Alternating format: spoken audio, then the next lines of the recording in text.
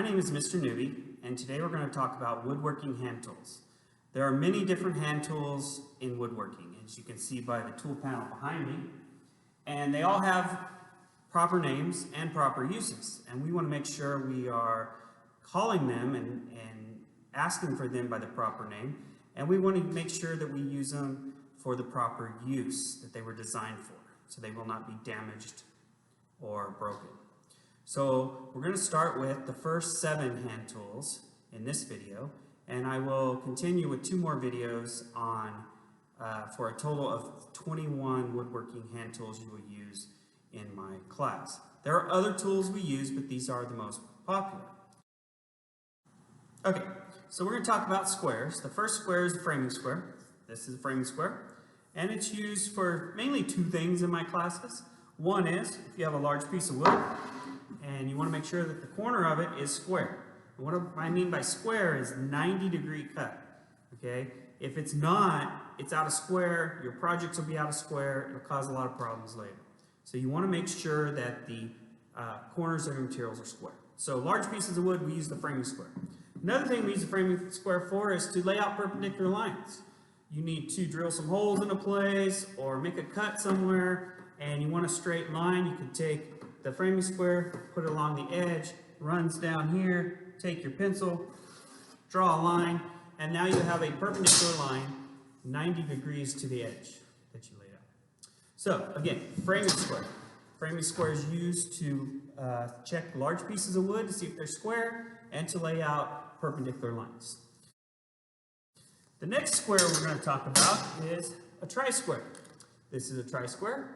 It's smaller, so what do we use it for? Smaller pieces of wood, like this block right here. Used for the same thing as a framing square, but smaller. So we want to check to see if something is square. No daylight in between there. We want it 90 degrees square. Okay, if it's not, we can go reprocess it, make it square. This we also use to lay out stuff. So if I want to lay out a line on here, I can put this up against here, and with a tri-square, you just squeeze it and slide it to where you want. Put a line down there, and now you have a line perpendicular 90 degrees laid out on your board. So again, tri-square, used to check small blocks of wood to see if they're 90 degrees square, and used to lay out perpendicular lines. The next square is combination square. Combination square, used for the same thing as the other 2 squares, except it has another feature. But first of all, 90 degrees, we can take a block of wood, see if it's 90 degrees square, we can put it on here, draw with pencil, or we can use the other side. Loosen this, slide it down a little bit. Now this is what angle? 45 degrees. Another common angle used in woodworking.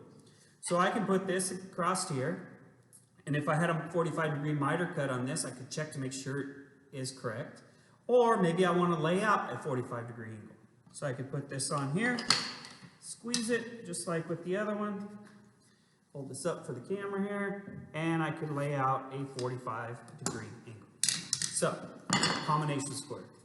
Used to check 90 degrees and 45-degree angles, make sure stuff is square, lay out perpendicular lines, lay out 45-degree lines.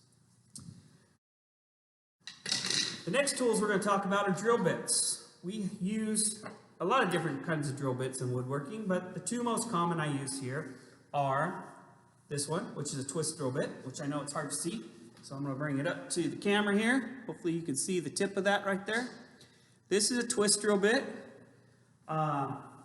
It's used for drilling small holes up to maybe a 1/4 inch in diameter. We do a lot of that with a cordless drill, so I could put this in the cordless drill here,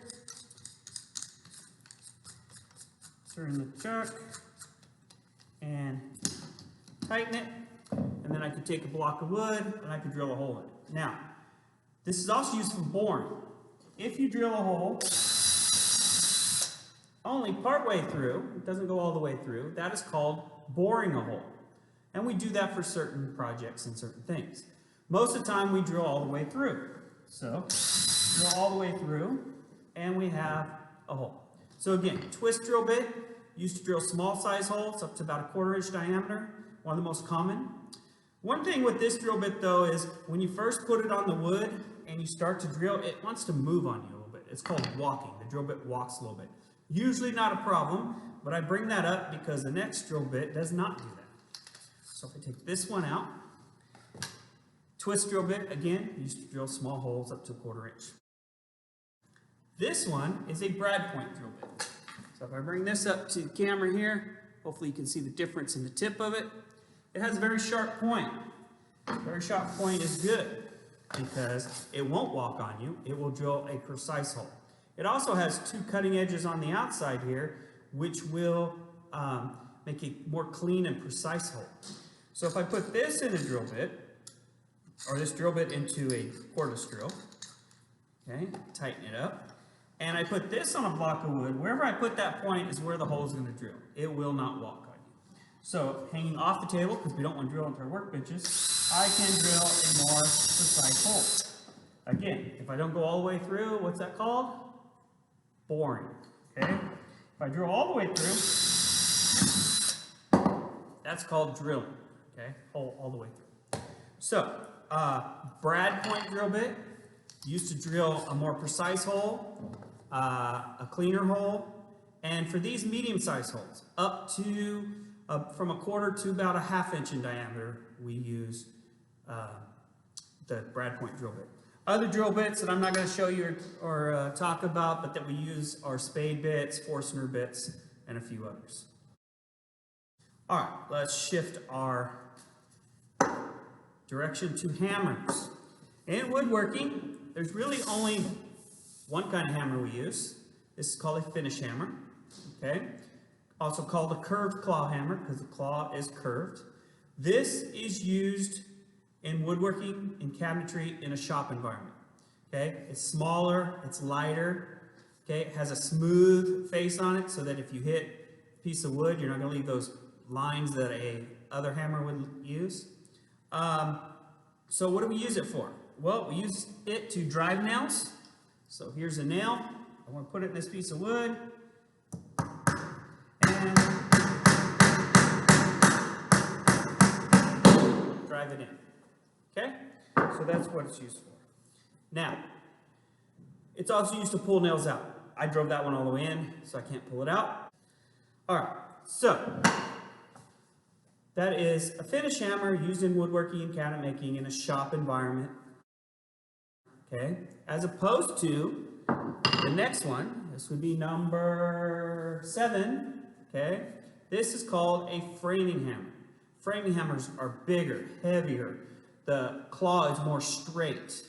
The tip of it has those waffle marks on it. Not good. You hit the wood, leaves marks on it. We don't want to do that in cabinetry.